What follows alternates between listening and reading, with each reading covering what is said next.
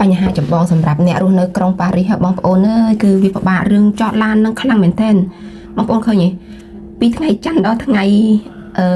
អាទិត្យគឺអត់មានថ្ងៃណាដែលថាងាយនឹងរកកន្លែងចតទេជាពិសេសគឺថ្ងៃអាទិត្យតែម្ដងពីព្រោះថ្ងៃអាទិត្យចតឡានមិនបាច់បង់លុយគឺថាជិះជួនកាលកន្លះម៉ោងមិនទាន់បានកន្លែងចតមួយបងប្អូនមកថាបានវិញគឺកន្លែងនឹងឆ្ងាយពីកន្លែងដែលយើងត្រូវគោលដៅដែលយើងត្រូវដើរទៀតអញ្ចឹងណា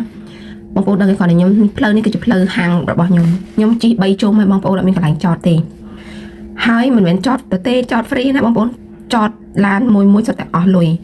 ចតឡាន1ម៉ោង4 អឺរ៉ូបងប្អូនកាត់ជេររបស់ខ្ញុំ1ម៉ោង4 អឺរ៉ូទៅកាត់ជេរផ្សេងទៀត1ម៉ោង16រៀល8រៀលតាមកាត់ជេរថ្លៃកាត់ជេរល្អទៀតអញ្ចឹងតែមើលបងប្អូនអត់មានកន្លែងចតទេហើយថ្ងៃនេះគឺជាថ្ងៃសៅរ៍ក៏អត់មានកន្លែងចតដែរខ្ញុំជិះឆ្វែល3ជុំហើយអត់មានទេចុងក្រោយនោះគឺខ្ញុំត្រូវទៅចតនៅឆ្ងាយពីហាងហើយដើរត្រឡប់មកវិញអញ្ចឹងហើយបានជាខ្ញុំខ្ញុំស្ដាយម៉ូតូខ្ញុំអត់ចង់លក់ទេណាបងប្អូនតែដោយសារអីម៉ូតូយើងចតចោលក៏យើងត្រូវតែបង់លុយថ្លៃចតដែរបើមិនជាយើងមិនចតទេមិនបង់លុយទេគឺគេផាកយើងរហូតគឺប៉ូលីសផាករហូតហើយបង់រាល់ថ្ងៃបងប្អូនអត់មានតិចទេ25 ឬ35ខ្ញុំភ្លេចឯម៉ូតូហើយអ្នកណាឈ្នះនឹងបងថ្លៃចតអ្នកណាឈ្នះនឹងបងថ្លៃផាកពីនៃបងប្អូនហើយ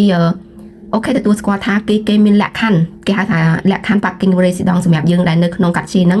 គឺយើងអាចដំងដេសុំមេរីដើម្បីដាក់ក្នុងមួយថ្ងៃតម្លៃថោកឧទាហរណ៍ថាដូចខ្ញុំរាល់ថ្ងៃគឺខ្ញុំដាក់មួយថ្ងៃអស់ជាងតែ1 អឺរ៉ូឯងកាត់ជេរដែលខ្ញុំរស់នៅសង្កាត់ដែលខ្ញុំរស់នៅប៉ារីស18ក្នុងโซนប៉ារីស18ខ្ញុំចតចតទៅមួយថ្ងៃខ្ញុំអស់តែ1រៀលជាងឯងបងប្អូនអានេះគឺខ្ញុំទៅសុំមេរីគឺយើងជាអ្នករស់នៅតំបន់ហ្នឹងយើងអាចចតអញ្ចឹងបានក៏ប៉ុន្តែគេឲ្យសិតយើងតែមួយឯងបងប្អូនខ្ញុំមានឡានមួយខ្ញុំមានម៉ូតូមួយបើអ្នកឯងជ្រើសរើសទៅតើអ្នកឯងជ្រើសរើសម៉ូតូឬក៏ឡានបើអ្នកឯងជ្រើសរើសម៉ូតូចតមួយថ្ងៃតែ90សេនជាងឯងពេញមួយថ្ងៃតែឡានអ្នកឯងត្រូវតែបង់ធម្មតា1ម៉ោង4រៀល1ម៉ោង4 អឺរ៉ូ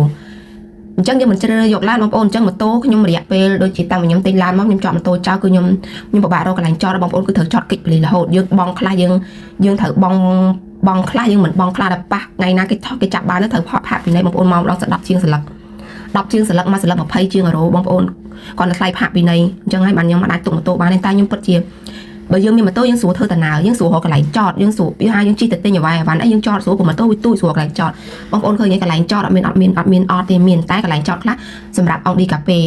គឺជូនពីការយើងចតអត់មានសិតចតទេកន្លែងអង្គឌីកាហ្វេកន្លែងខ្លះកន្លែងសម្រាប់ម៉ូតូកន្លែងខ្លះសម្រាប់កង់កន្លែងខ្លះសម្រាប់ឡានសម្រាប់ livraison ដឹកជញ្ជូនក៏យើងអត់មានសិតចតដែរហើយក្នុងមួយផ្លូវនោះមានប្រហែលផ្លាស់សម្រាប់យើងឲ្យចតហើយគេមកកាត់វាសម្រាប់ធ្វើ livraison ផងអង្គឌីកាហ្វេផងអីផងយើងសល់តែប្រហែលកន្លែងឯងសម្រាប់ម្នាក់ដែលយើងសិតទូទៅសម្រាប់ចតអញ្ចឹងគឺកន្លែងចតឡានគឺខ្វះខ្លាំងអញ្ចឹងអ្នកដែលចូលប៉ារីសគឺគេអត់ចង់ចូលដោយសារអញ្ចឹងឯងបងប្អូនហើយគេសម្រុកចូលមកតែថ្ងៃអាទិត្យឯងដូច្នេះហើយទៅថ្ងៃអាទិត្យអត់មានកន្លែងចតទេពិបាកណាស់